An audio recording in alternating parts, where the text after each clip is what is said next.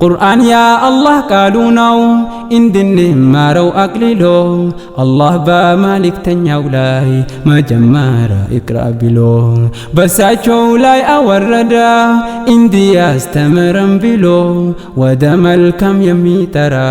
ከመጥፎ ስራው ከልክሎ ከተወረደ ጀምሮ እስከ ዛሬ በዚህ ምድር የዓለም ባለ እውቀቶች ባለ ሳይንስና ምሁር የዓለም ፍጥረታትና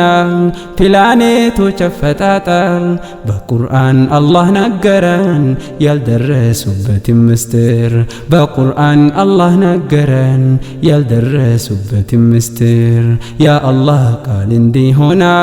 መቼም የለንም ጥርጥር እኛ ጠብቀን ከያዝነው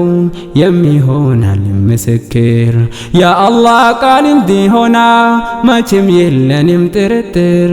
እኛ ጠብቀን ከያዝነው